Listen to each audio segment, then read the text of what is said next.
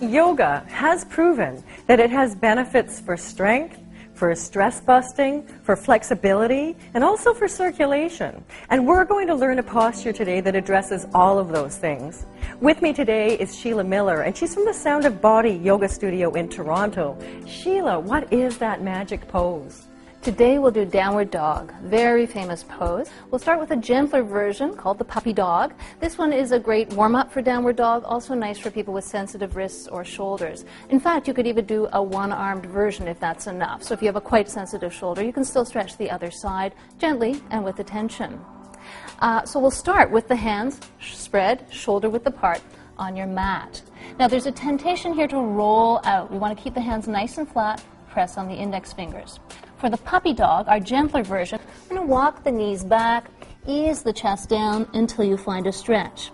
Again, you could just do one arm, that might be enough, or both arms if it's comfortable, but always a comfortable stretchy stretch.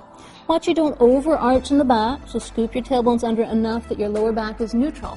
Good, your ears are between the arms, and you could rotate the upper arms out. So I'm just going to show you that. I'm going to rotate the upper arms out like this.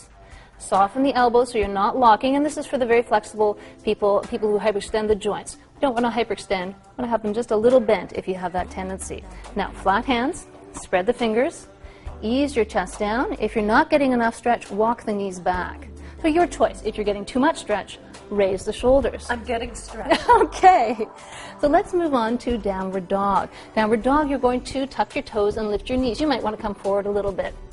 Again, we're spreading the fingers, pressing into the index fingers, and lifting the hips away from the hands. Bend your knees as much as you need to. So many people need to bend their knees a lot. Start to ease the heels down. But again, many people will have the heels fairly high up. In fact, few people will have them down. Keep rolling into those index fingers, broadening the upper back. Rotate your upper arms to do that. Breathe into your shoulders, dynamic breath. Good, and reach your hips away from your hands. Get some extra blood flow to the head, neck, and shoulders here. If it's too much of a head rush, just take a break. If it's tiring, take a break. We want to get your blood moving, and then ease on down. There's your downward dog. Oh, I can really feel that exercise. You know, I think that's something true about all exercise classes is sometimes it's hard to get going, but once we're there, we just feel so great. We're glad we went.